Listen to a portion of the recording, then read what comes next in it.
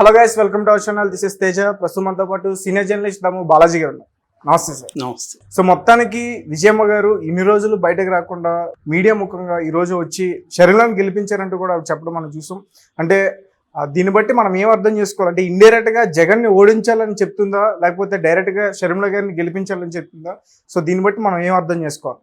విజయమ్మ గారి రోల్ గురించి ముందు నుంచి చర్చ ఉంది. ఎందుకంటే ఆమె ఒకప్పుడు జగన్ జైల్లో ఉన్నప్పుడు నిజానికి వాళ్ళ ఇంట్లో ముగ్గురు స్త్రీలే పార్టీని నిలబెట్టారు. ఇటు బిజినెస్ని, అంటే బిజినెస్ ఏమో భారతి చూస్తుంది, ఇటు పార్టీని పార్టీ శ్రేణుల్ని నిలబెట్టడంలో తల్లి కూతురు షర్మిల అండ్ విజయమ్మ ఒక రకంగా వాళ్ళ పట్ల సింపతి రావడానికి కూడా వీళ్ళు ఏంటంటే వెరీ బిలో మిడిల్ క్లాస్ స్త్రీలాగా ఉండడం, వాళ్ళ వేషధారణ కానీ వాళ్ళు కూర్చొని అక్కడ ఫుట్పాత్ దగ్గర కూర్చోవడం, ఇవన్నీ కూడా ఒక సింపతి క్రియేటర్కి పనికొచ్చాయి. అదే కాకుండా వాళ్ళు జనంలోకి వెళ్ళడం, మాట్లాడి ఇదంతా చేయడం వల్ల పార్టీ చచ్చిపోతుందన్న వాళ్ళు చాలామంది ఉన్నారు. జగన్ జైలుకి వెళ్ళాడు, ఇంక పార్టీ పని వీచు అన్నవాళ్ళు బోల్డ్ మంది నాతో కూడా చెప్పిన వాళ్ళు ఉన్నారు.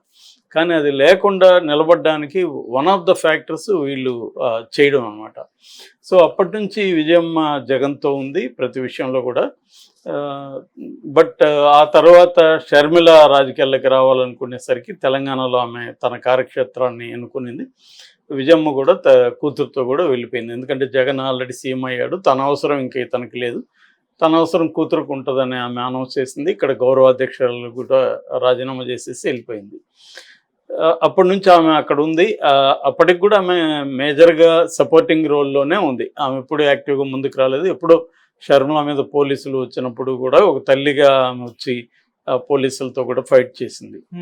సో ఆ రకంగా ఆమె ఉంది. మధ్యలో ఆమె నాలో నేను అనే ఒక ఆటోబయోగ్రఫీ బుక్ కూడా రాసింది. ముఖ్యంగా తను, తర్వాత రాజశేఖర రెడ్డి, తన కుటుంబాన్ని గురించి రాజకీయంగా కూడా ఎంతవరకు అవసరం అంతవరకు రాసింది.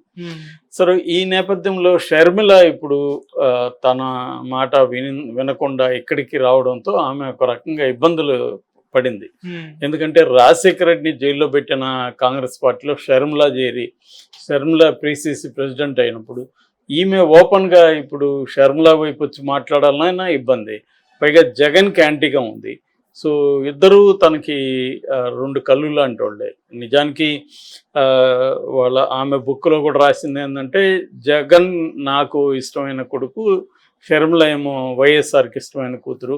షర్మిల వైఎస్ఆర్తో చాలా క్లోజ్గా ఉండేది. రోజుకు ఆయన బయటికి వెళ్తే అమ్మాయి చిన్నప్పుడు 100 ముద్దులు ఎంచి మరీ పెట్టించుకొని వెళ్ళేవాడు, అంత ఇష్టం.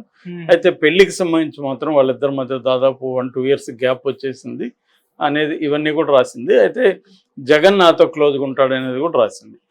అయినప్పటికి కూడా ఆమె ఒక తల్లిగా ఆలోచించినప్పుడు ఎవరికి అవసరం ఉంది, నా అవసరం, అవంతా ఆలోచించి షర్మిలతోనే ఆమె ఉన్నింది. ఎందుకంటే జగన్కి అధికారం ఉంది, ఫ్యామిలీ ఉంది, అన్నీ ఉన్నాయి.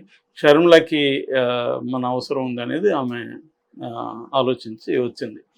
అయితే ఇప్పుడు ఇద్దరు ఒక ఇంట్లో ఇద్దరు కొట్టుకుంటున్నప్పుడు జనరల్గా ఏ తల్లి కూడా ఎవరిదే తప్పు ఉంటే వాళ్ళది నీ తప్పు ఇక్కడ చేసావు, నువ్వు ఇట్లా చేసావు అని ఇద్దరికీ సమానంగా న్యాయం చెప్తారు జనరల్గా.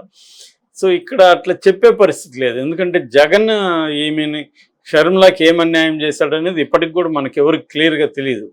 మొన్నేమో ఇంటర్వ్యూలో జగన్ ఆమె రాజకీయ ఆకాంక్షలు ఉన్నాయి, అది నేను ఒకే ఇంట్లో ఒకే జనరేషన్లో అది ఇబ్బంది అనేసి నేను ఇవ్వలేదని చెప్పాడు.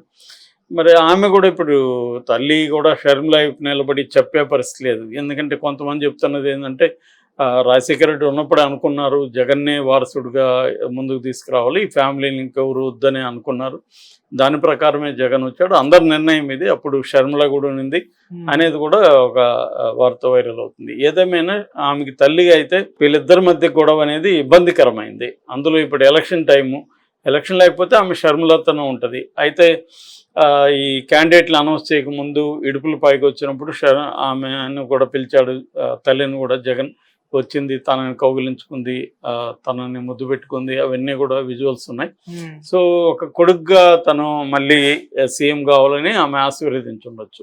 అట్లాగే కూతురు పిలిచినప్పుడు కూడా వచ్చింది, కూతురుతో పాటు ఏడుస్తూ ఆమె బైబిల్ చేతులు పట్టుకొని ప్రేయర్ చేసింది.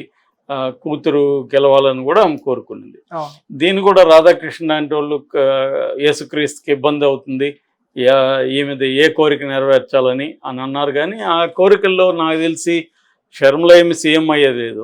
ఆమె జగన్ సీఎం కావాలని, ఈమె కడపలో గెలవాలని కోరుకుంది. ఇందులో కాంట్రడిక్షన్ ఏం లేదు కదా. ఆమె అక్కడ వరకు షర్మిల కడపలో గెలిస్తే చాలు అనేది ఆమెకుంది. ఆమె కాంగ్రెస్ గెలిచి ఈమె సీఎం అయ్యేది లేదు కదా. సో జగన్ సీఎం కావడానికి, ఈమె కడపలో గెలవడానికి ఏమి ఇబ్బంది లేదు కదా. అది పైగా ఎంపీ సీటు, అసెంబ్లీ అయినా ఒక సీటు తగ్గితే జగన్కి రేపొద్దున ఇబ్బంది అనొచ్చు. ఎంపీ ఒక సీటు తగ్గితే కొంపలెమ్మనిపోయి ఈమె రేపొద్దున ఏమి కూడా మళ్ళీ కూడా జగన్ వైపు రాదని కూడా గ్యారంటీ లేదు. సో కాబట్టి తల్లిగా ఆమె ఇద్దరు పిల్లలు రాజకీయంగా వాళ్ళ ఆకాంక్షలు నెరవేరాలని కోరుకోవడంలో తప్పులేదు. అయితే ఆ తర్వాత ఏమైందంటే ఈమె కొన్ని చోట్ల విజయమ్మను పిలవండి, విజయమ్మ దగ్గర చెప్పించండి, ఇట్లాంటివి స్టేట్మెంట్లు ఇచ్చింది షర్మిల. సో అప్పుడు మీడియా కూడా ఇదే రాధాకృష్ణ వీళ్ళందరూ కూడా ఏం రాశారంటే జగన్ తల్లికాలు పోయి పట్టుకున్నాడంట, నువ్వే నన్ను రక్షించాలి అని చెప్పి ఆమె ఏడుస్తుందంట. ఇట్లేదో కథనాలు వచ్చాయి. నిజానికి జగన్ తల్లికాలు పట్టుకొని ఆమె లేకపోతే నేను ఓడిపోతానన్న పరిస్థితి జగన్కి ఏం లేదు. ఎందుకంటే జగన్కి ఒకవేళ పరిస్థితి ఉన్నా ఆమె వచ్చి ఇప్పుడు గెలిపించే పరిస్థితి ఆమెకి ఏముంటుంది, ఆమె చెప్తే ఎవరు ఓట్లేస్తారు.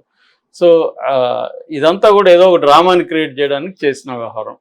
సో ఈ నేపథ్యంలో ఆమెకైతే ఇబ్బంది అయింది. ఇద్దరు ఒకే దగ్గర ఒకరికొకరు వ్యతిరేకంగా చేస్తున్నారు. అది బెటర్గా మారిపోతుంది, అగ్లీ టర్న్ తీసుకుంటుంది. ఎందుకంటే షర్మిల మీద ట్రోల్స్ రకరకాలుగా మారిపోవడం, వైసీపీ వాళ్ళు కూడా ట్రోల్స్ చేయడం, షర్మిల కూడా తీవ్రమైన అటాక్ జగన్ మీద చేయడం, వీటన్నిటి రీత్యా ఫ్యామిలీ మెంబర్స్ కూడా విమలమ్మ లాంటి వాళ్ళు రంగంలోకి రావడం, ఇటుపక్క సునీత దిగి వివేకానంద రెడ్డి హత్యను చేసిన వాళ్ళని జగనే కాపాడుతున్నాడని చెప్పడం, ఇంకోవైపు జగనే బాబాయిని చంపించాడని కూడా పుకార్లు లేవడం.